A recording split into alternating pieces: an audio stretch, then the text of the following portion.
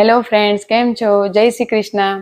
તો સૌથી પહેલા આજે વિડીયો સ્ટાર્ટ કરતા પહેલા તમારા બધાનો ખૂબ ખૂબ આભાર કે તમે મારો આ વિડીયો પસંદ કરો છો, મારી ચેનલને આટલો સપોર્ટ કરો છો. તો મને ખૂબ જ આનંદ થાય છે. તમે લોકો કમેન્ટ કરો છો તો એ હું કમેન્ટ રીડ પણ કરું છું. તો મને ખૂબ જ આનંદ થાય છે કે તમે લોકો મારો આ વિડીયો પસંદ કરો છો. તો ફ્રેન્ડ્સ, આજનો જે ટોપિક છે એ ઇન્ફોર્મેશન વાળો ટોપિક છે કે તમે ઇન્ડિયાથી આવતા હોય તો કઈ વસ્તુ લાવી, કઈ વસ્તુ ન લાવી, એના વિશે આજે હું ડિસ્કશન કરવાની છું. તો ચાલો આપણે સાથે મળીને ડિસ્કસ કરીએ કે કઈ વસ્તુ લાવી ઇન્ડિયાથી અને કઈ વસ્તુ ન લાવી. તો ફ્રેન્ડ્સ, આજનો જે વિડીયો છે એ સરસ મજાનો ઇન્ફોર્મેશન વાળો વિડીયો છે કે જેમાં હું તમને જણાવીશ કે તમે ઇન્ડિયાથી જો ફર્સ્ટ ટાઈમ આવતા હોય તો તમે કઈ કઈ વસ્તુ તમે લાવજો અને કઈ કઈ વસ્તુ તમારે નહીં લાવવાની. કારણ કે હું જ્યારે આવી હતી ત્યારે મારે પણ એવું કન્ફ્યુઝન હતું કે શું લાવવું શું ન લાવવું. કારણ કે આપણે ખબર છે કે એમાં વેઇટ પ્રમાણે ચાલવાનું હોય છે કે એક પર પર્સન તમે 23 કિલોની 2 બેગ અને 7 કિલોનું લગભગ બધે એ ટાઈપનું વજન લઈને જ આવવાનું હોય છે. તો ફ્રેન્ડ્સ, ચાલો આપણે નવી નવી ઇન્ફોર્મેશન જાણીએ કે કઈ વસ્તુ લાવી કે કઈ ન લાવી. તો સૌથી પહેલી વસ્તુ છે કે કપડાં. તો જે આપણે રેગ્યુલર જે કપડાં યુઝ કરતા હોઈએ છે તો એ કપડાં તમારે બધા ઇન્ડિયાથી જ લઈને આવવાના. કારણ કે બધા લોકો એવું કહેતા હોય છે, જ્યારે હું ત્યાં પણ હતી ત્યારે પણ એવું કહેતા હતા કે ત્યાં બધા બ્રાન્ડેડ કપડાં સારા મળે કે સારા હોય છે તો આપણે ત્યાં જઈને લઈ લેશું, કપડાં તો ત્યાં સસ્તા હોય છે. પણ અહીંયા બહુ બધા મોલ હું ફરી, એના પરથી મેં આ તારણ કાઢ્યું છે કે જો તમે આવો તો કપડાં ત્યાંથી જ લઈને આવો. કારણ કે ત્યાં આપણે ઇન્ડિયન રૂપીઝમાં પે કરવાના હોય છે, અહીંયા આપણે ડોલરમાં આપવાના હોય છે. અને બીજી વસ્તુ કે હવે કોઈ સ્ટુડન્ટ છે ફોર એક્ઝામ્પલ, તો એ સ્ટુડન્ટ આવ્યું અહીંયા, એને એવું હોય કે ના ચલો ને આપણે આટલા જ કપડાં લઈ જઈએ, ત્યાંથી લઈ લેશું. તો એવું નથી હોતું. આવતા વેત આપણે ખર્ચો થાય. અને સ્ટુડન્ટ જો કોલેજ જતા હોય તો રોજ અલગ અલગ વ્યવસ્થિત કપડાં આપણે રેડી થઈને જવાનું હોય. કોઈને જોબ લાગી હોય તો એને વ્યવસ્થિત રેડી થઈને જવાનું હોય. તો એટલે કપડાં તો તમારે ઇન્ડિયાથી જ લઈને આવવાના. કારણ કે મેઇન મોસ્ટ વસ્તુ એ છે કે ત્યાં રૂપિયામાં દેવાના ને અહીંયા ડોલરમાં દેવાના, એ આપણને મોંઘું પડે. Plus traditional clothes. તો ટ્રેડિશનલ કપડાં પણ જો તમને નવરાત્રિનો શોખ હોય તો અહીંયા નવરાત્રિ બહુ સારી ધામધૂમથી ઉજવતા હોય છે લોકો. તો તમે ચણિયાચોળી છે કે કુર્તા પજામા, ધોતી કુર્તા, એ બધું તમે શોખ હોય તો તમે ત્યાંથી લાવી શકો છો.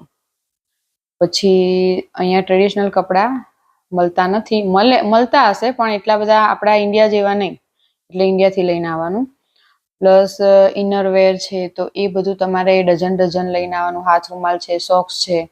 કારણ કે અહીંયા જે બી કપડાં હોય એ અહીંયા બધા રોજ રોજ આપણી જેમ અહીંયા ધોતા નથી. નહીં તો બાય વીકલી જ આપણે મશીનમાં નાખવાના હોય છે. કોઈ પાસે એવો ટાઈમ પણ નથી હોતો અહીંયા કે રોજ ધોવા બેસે. અને આ કંઈ એવી ચોકડી એ નથી હોતી, તો એ આપણે લોન્ડ્રીમાં જ નાખવાના હોય. અને ઘણા લોકોને શું હોય છે કે જે રેન્ટ ઉપર રહેતા હોય તો ઘણા લોન્ડ્રી ઇન્ક્લુડ નથી હોતી, તો બહાર કોઈનથી આપણે જવાનું હોય છે.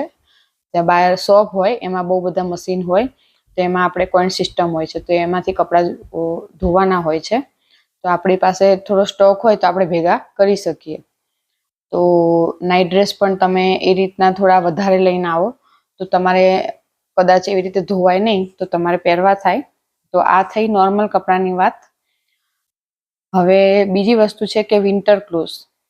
તો ઘણા લોકો એવું વિચારતા હોય કે ત્યાં આપણે ઇન્ડિયામાં ડીકેથલોન છે, હવે સારી સારી બ્રાન્ડ ત્યાં પણ મળે છે, તો ચલો આપણે અહીંયા 15-20 હજાર રાખીને અને ત્યાંથી આપણે માઇનસમાં પહેરાય એવા જેકેટ ને એવું બધું મોંઘું મોંઘું ખરીદીને આપણે લાવતા હોઈએ છીએ. પણ એવું કોઈ કરવાની જરૂર નથી. કેનેડા આવો તો કેનેડાથી જ તમે વિન્ટર ક્લોથ્સ ખરીદો. કારણ કે અહીંયા બહુ સારી સારી બ્રાન્ડ છે, જેમ કે કોલંબિયા છે, માઉન્ટેન વેર હાઉસ છે, કેનેડિયન ગૂસ છે, બધા અલગ અલગ ટાઈપના બહુ બધા બ્રાન્ડના જેકેટ અહીંયા મળતા હોય છે. તો તમે જેકેટ અહીંયાથી જ ખરીદો. કારણ કે અહીંયાના જે જેકેટ છે ને એ માઇનસમાં ચાલે એવા હોય છે. એની ઉપર લખેલું જ હોય છે કે વોટર રેઝિસ્ટન્ટ છે કે નહીં. તમારે મારું જે જેકેટ છે એ વરસાદમાં પણ ચાલે અને વિન્ટરમાં પણ ચાલે. કારણ કે અમુક જગ્યાએ કેવું હોય છે કે થોડી વાર સ્નો પડે, પછી થોડી વાર ઠંડી લાગે, થોડી વાર વરસાદ પડે, તો કંઈ આપણે બધું તો એવી રીતે લઈને જવાના નથી. તો એ ટાઈપના અહીંયા અવેલેબલ હોય છે. તો કેપ ને મફલર ને એ બધું જો તમારી પાસે ત્યાં હોય તો તમે ત્યાંથી લાવી શકો છો. બાકી જેકેટ અને વિન્ટર શૂઝ એ તો તમારે અહીંયાથી જ લેવાના, કેનેડાથી. કારણ કે અહીંયા વિન્ટર શૂઝ તો કમ્પલસરી જોશે જ. કારણ કે જો સ્નો પડે ને તો આપણા નોર્મલ વાળા શૂઝ નહીં ચાલે, તમારા પગ એકદમ ઠરી જશે, તમે ચાલી જ નહીં શકો સ્નોમાં. તો એની માટે તમારે અહીંયા જે વિન્ટર શૂઝ આવે ને એ અંદરથી ફર વાળા હોય, એટલે કે ગરમ હોય. તમે અંદર શૂઝ પહેરો ને એટલે તમારા પગમાં ગરમ લાગે, ગમે તેટલો સ્નો ના હોય તમને પગમાં ઠંડી ન લાગે. એટલે વિન્ટર શૂઝ તમારે અહીંયાથી લેવાના. અને બાકી જે તમે નોર્મલ જે તમારા ઘરમાં પહેરવાના ચંપલ છે કે શૂઝ છે કે સેન્ડલ, એ બધું તમારે ઇન્ડિયાથી લાવવું હોય તો તમે લાવી શકો છો. હવે બીજી જે વસ્તુ છે કે યુટેન્સિલ્સ, એટલે કે વાસણો. તો વાસણો તો તમારે ઇન્ડિયાથી જ લાવવાના, અહીંયાથી વાસણો લેવાના નહીં. કારણ કે પહેલા આગળ મેં તમને કીધું એ રીતે કે અહીંયા ડોલરમાં પૈસા દેવા પડે, ત્યાં રૂપિયામાં આપણે લાવીએ તો એ સસ્તું પડે. અને પ્લસ તમે જે વાસણ લાવો એ નીચેથી જેનું તળિયું હોય એ ફ્લેટ હોવું જોઈએ, એટલે કે સીધું હોવું જોઈએ, અને જાડું થિકનેસ વાળું લાવવાનું. કારણ કે અહીંયા જે બર્નર છે એમાં કેવું છે કે એક તો ઇન્ડક્શન હોય છે, અને તમે ફૂલ ગેસ કરશો ને તો એકદમ જ વધારે હીટ થઈ જશે. તો અંદર જે આપણે જે બી રાંધવા મૂક્યું હોય એ બળી જાય, નીચે તળિયામાં ચોંટી જાય છે. અને જો તમે ધીમું કરશો તો જલ્દી થશે નહીં, તો એકદમ ઠરી જાય છે, એવું થાય છે. તો તમારે પ્લસ માઇનસ ગેસ કરતો જ રહેવો પડે. એટલે જે ટૂંકમાં કુકરનું તળિયું છે કે પછી ચા મૂકવાનું કેન છે કે શાક વઘારવાનું આપણે પેન લાવીએ, તો એ બધું તમારે જાડું લાવવાનું, થિકનેસ વાળું. પ્લસ વાસણમાં તો બીજા તમે ઢોસાની તવી છે, લોઢી છે, પાટલી વેલણ, ચીપિયા ચમચા જે આપણે ઇન્ડિયામાં યુઝ કરતા હોય, પ્રેશર કુકર છે, એ બધું જ તમારે ત્યાંથી લઈને આવવાનું. કારણ કે વાસણમાં શું છે કે આપણે એક વખત લાવીએ પણ એ તો લાઈફ ટાઈમ અહીંયા ચાલવાના છે.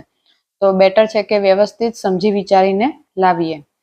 હવે બ્લેન્ડર, તો વાસણમાં બધા એવું વિચારતા હોય કે મિક્સચર બ્લેન્ડર લઈ જવું કે નહીં, જ્યુસર લઈ જવું કે નહીં.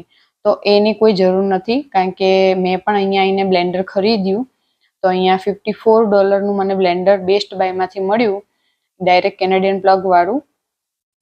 અને એકદમ સરસ મજાનું બ્લેન્ડર છે. એમાં એક જાર પણ આવ્યો છે અને એક ચટણીનો બી જાર આવ્યો છે, તો એ આપણે યુઝ કરી શકીએ. હવે મિક્સચર ને એ બધું અહીંયા સારી સારી બ્રાન્ડના હોય જ છે, ન્યુટ્રીબુલેટ છે, નિન્ઝા છે, તો સારી બ્રાન્ડના અહીંયા મિક્સચર જ્યુસર અવેલેબલ છે. તો એ ઇન્ડિયાથી લાવવાની જરૂર નથી. હવે બીજી જે વસ્તુ છે એ છે કઠોળ. તો કઠોળ છે, દાળ ચોખા, એ જે બધી વસ્તુ છે, લોકો હું પોતે જ એવું વિચારતી હતી કે લાઈને થોડું આટલું લઈ જવું, તો ત્યાં જઈને આપણને ના મળે તો ત્યાં જઈને આપણે ખાવા થશે, ચલો ને અઠવાડિયું ચાલશે. પણ એની કોઈ જરૂર નથી. કારણ કે કઠોળ ને એ બધું તો અહીંયા સસ્તું જ મળે છે. તમે ત્યાંથી લાવશો તો બહુ તો તમે 500 કિલો લાવશો, બરાબર. તો એ વજન, જે 500 કિલોનું જે વજન તમારી જોડે વધ્યું, એની જગ્યાએ તમે બીજી કોઈ એવી વસ્તુ લાવો કે જે અહીંયા તમારે પરમેનન્ટ ચાલે.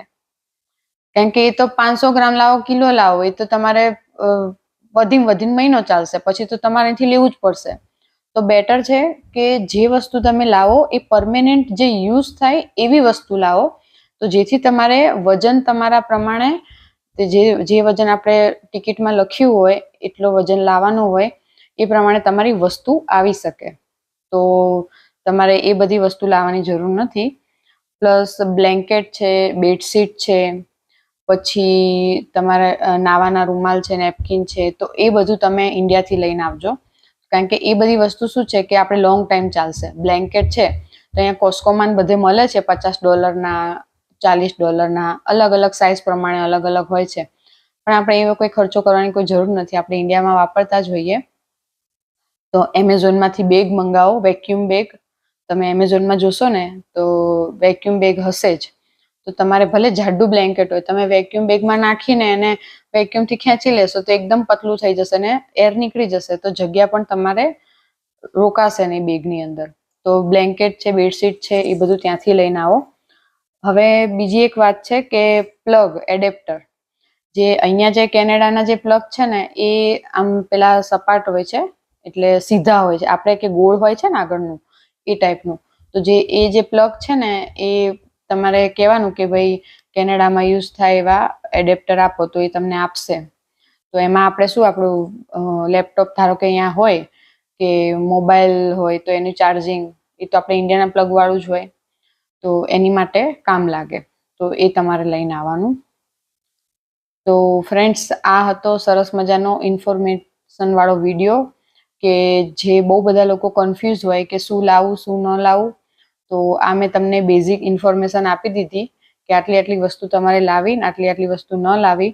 તો આ વિડીયો ખાસ જોજો અને લોકોને શેર કરજો કે જે લોકો આવવાના હોય તો એ કન્ફ્યુઝ ન થાય અને એમને ખબર પડે કે મારે આ વસ્તુ લાવી કે આ વસ્તુ ન લાવી. તો ફ્રેન્ડ્સ, આવા નવા વિડીયો અને નવી નવી ઇન્ફોર્મેશન સાથે આપણે મળતા રહીશું. તો મારી ચેનલને લાઈક કરો, શેર કરો અને સબસ્ક્રાઈબ કરો અને કમેન્ટ બોક્સમાં જરૂરથી જણાવજો કે તમને મારો આ વિડીયો કેવો લાગ્યો. Thank you.